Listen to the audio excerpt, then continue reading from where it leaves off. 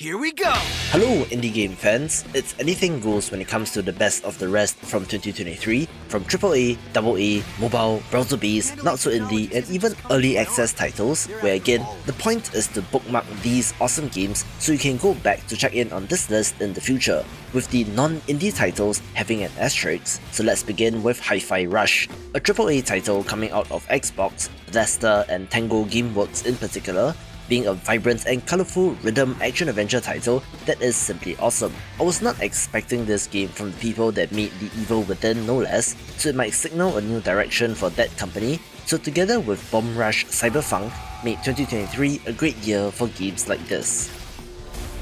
I was very pleasantly surprised with the System Shock remake, but perhaps should not have been since developer Night Dive Studio specializes in this exact kind of thing, but to give it a full remake rather than just a visual remaster has been impressive work. I never played the original but heard great things, with this being a fairly faithful adaptation from what I can tell, but do note that it is a little bit old school in design and you can easily get lost without the hand-holdy blinking arrows or signage of modern games on where to go next, but it's a game worth getting immersed in.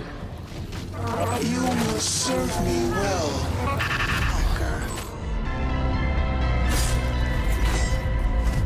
One of the no-brainer picks of the year was Ghostrunner 2, the sequel to a first-person slasher from 2020 which was very well received, in which you play as a cyber ninja in a post-apocalyptic cyberpunk city. This game picks up after the events of the first and expands the play area, in which you're not just confined to the city in your new mission and having to deal with an AI cult. The first-person action here remains awesome due to the traversal and mobility options as well as one-hit kills, but I think this game has significantly underperformed relative to the first game, getting just 2,600 reviews as compared to the 41,000 of the original.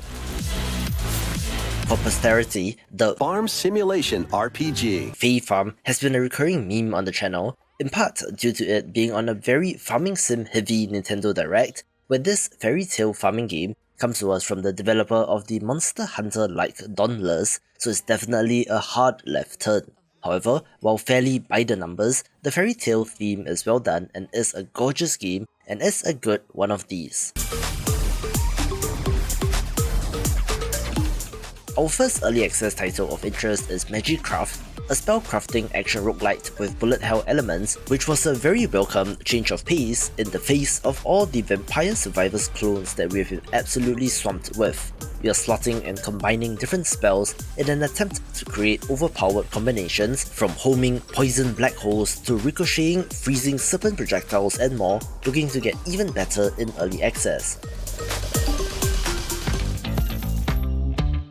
A great game with an interesting reason for being in early access is Back to the Dawn, a prison life sim title that stars anthropomorphic animals, in which you play as a framed journalist wrongly imprisoned, now having to find a way to survive prison while working with your lawyer on the outside in order to clear your name. But in the worst case, can also attempt to escape prison directly. Why this is interesting is that the game is fully completable as the journalist character, but the developer wanted to add another character in Bob the Black Panther, who has his own separate storyline, so the final version will be like two versions in one package, but as of right now, it's already good, so check it out. I like city builder titles since I grew up with the Sierra classic Referral, so when the SteamWorld people said that they were making SteamWorld Build, of course I was in, since it features many of the resource management and construction systems of the classic, but adds in a mining and defense twist. It is not as obtuse and is quite friendly in terms of systems, aided of course with the wonderful Steam bots that this universe is known for, being another worthy addition to the franchise.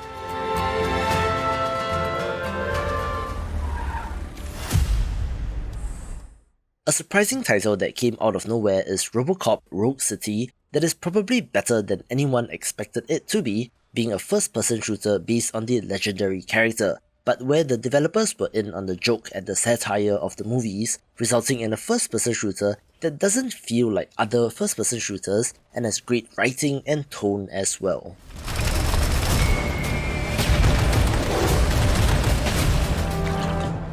For as much as I rag on Vampire Survivors clones, I do have to give Halls of Torment a shout out, since at least it's doing something different enough, adding a little bit of Diablo 1 in both the inventory system and visuals that makes it different enough, with the game getting updates on an almost monthly cadence, which is always a good sign.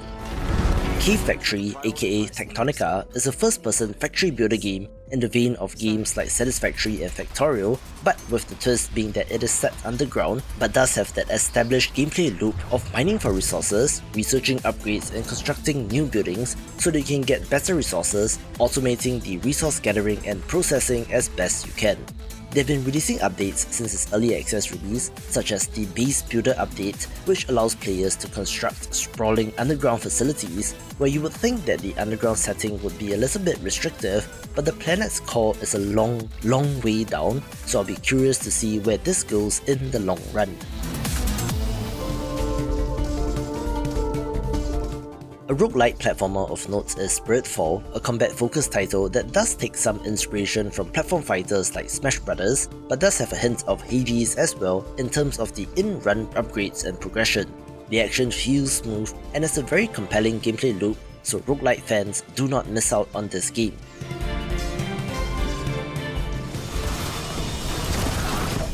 I continue to be impressed with the output of Warhammer games, where in the grand scheme of things, titles using this license have been largely okay to great, with another fantastic example being Warhammer 40k Boltgun, one where you play as a space marine and battle daemons and chaos space marines. It's a boomer shooter through and through, complete with secret walls, but you're able to zoom up to your enemies and slice them open with your chain sword, adding a little bit more variety than a bog standard shooter.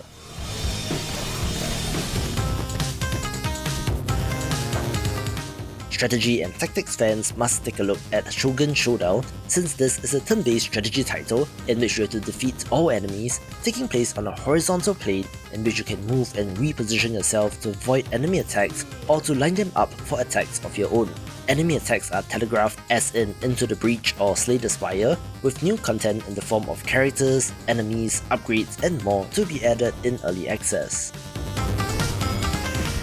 Oh my god, this game people, BattleBit Remastered is an absolute testament to the power of indie developers and thinking big, since this is basically a Battlefield game that out-Battlefielded Battlefield, having a core team of just 3 people who have been working on this game since 2016, slowly building up the community and gaining momentum leading up to the release through various playtests, and then it did launch and boy, it shot up the charts and has become one of the biggest games ever at 106,000 Steam reviews as of recording. It is basically low-spec Battlefield but without all the BS of modern Battlefield games, being more of a throwback, and supports up to 254 players per match, while I know that networking engineering is a nightmare even for huge companies, so for an indie team this is extra impressive. While player numbers have fallen off as compared to its peak, it is still pretty healthy and has been receiving updates as well.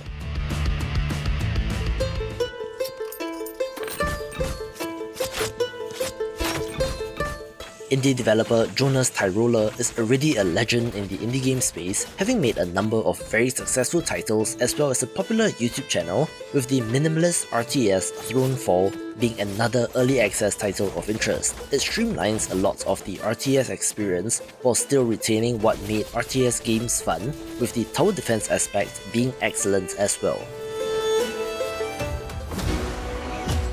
If you're talking about the best games of 2023, you cannot miss out Remnant 2, since this took the Souls-like concept and put their spin on it, cranking things up to 11 in the sequel. Most interestingly, it is a Souls-like game at its core, but gives you guns, so you could theoretically hang back and shoot at enemies, but of course, they have ways to close the distance. It has elements of procedural generation in the dungeons and even which boss you face, so I don't think it's possible to see everything in just one playthrough, and seems to be best in co-op with a legendary final boss fight, so I'm happy to see more alternatives in the space.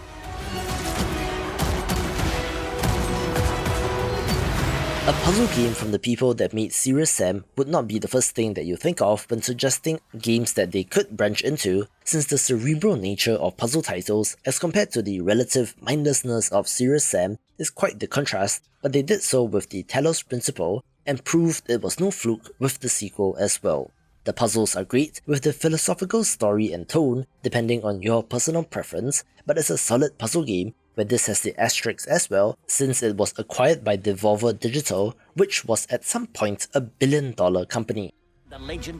It's the end of an era with this title, since Shadow Gambit: The Cursed Crew is the last game from developer Mimimi Games, masters of the real-time tactics title, and can be seen as the last game in a trilogy that comprises of Shadow Tactics, Blades of the Shogun, Desperados 3, and now this title, having a nice trifecta of settings as well in feudal Japan, the Wild West, and now pirates. In a manner that's like Pirates of the Caribbean, you play as cursed pirates seeking a mysterious treasure of a legendary pirate, and in the way are the Inquisition, who despise all that is supernatural and want to hunt down your crew. It can be thought of as a stealth game first, but in real time, so you need to command individual units around enemy vision cones, but also have special abilities to help, being another great title in this space. The developers said that they were shutting down due to what sounds like burnout, so I wish each and every one of them all the best. Easy contract, easy money, right?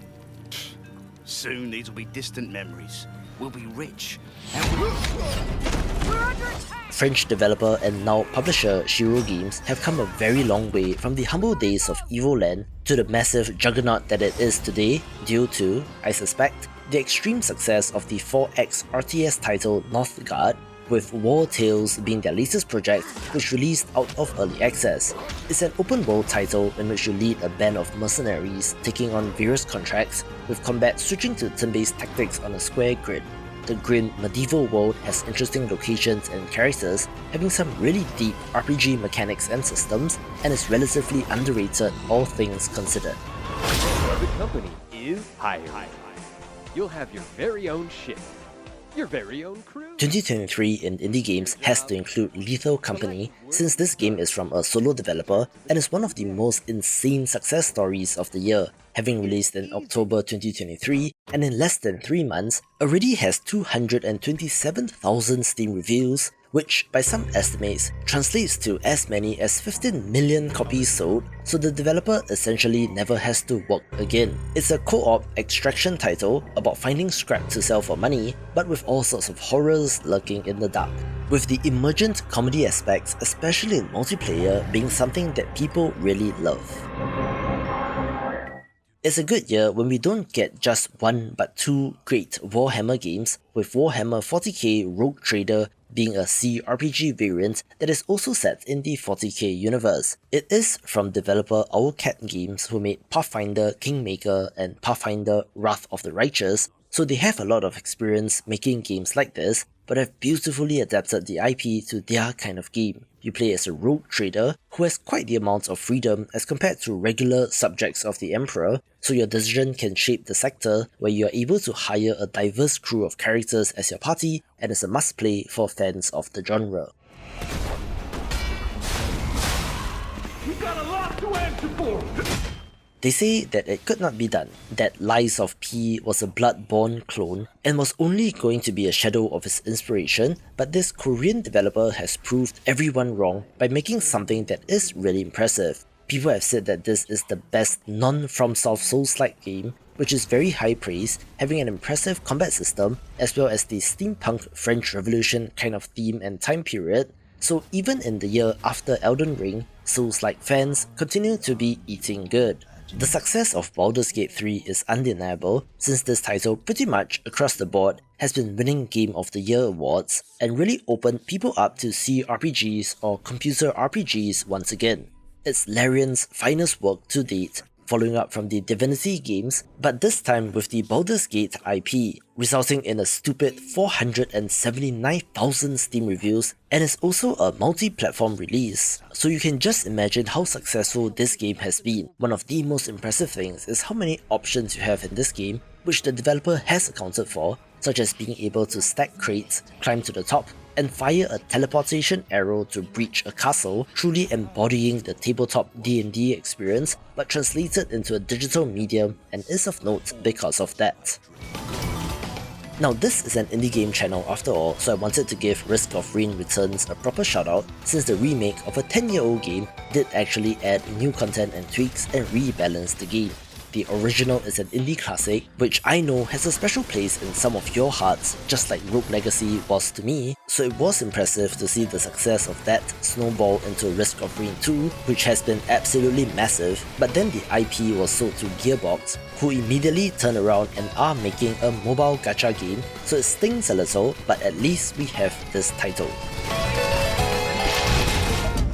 A game which absolutely pulled the wool over everyone's eyes, including mine, is Dave the Diver, developed and self-published by Mint Rocket, but then it was revealed that they are a division within South Korean gaming giant Nexon, which is a $16 billion company, so it's not an indie game despite the pixel art look. However, that being said, it was my favorite game of 2023 since I love fishing in games, and add to that the sushi restaurant management part, as well as all the upgrades, references and throwbacks, and you have one of the most compelling gameplay loops ever, with the unexpected crossover with Dredge being a very pleasant surprise. If you want the actual best indie games of the year, watch this video to find out.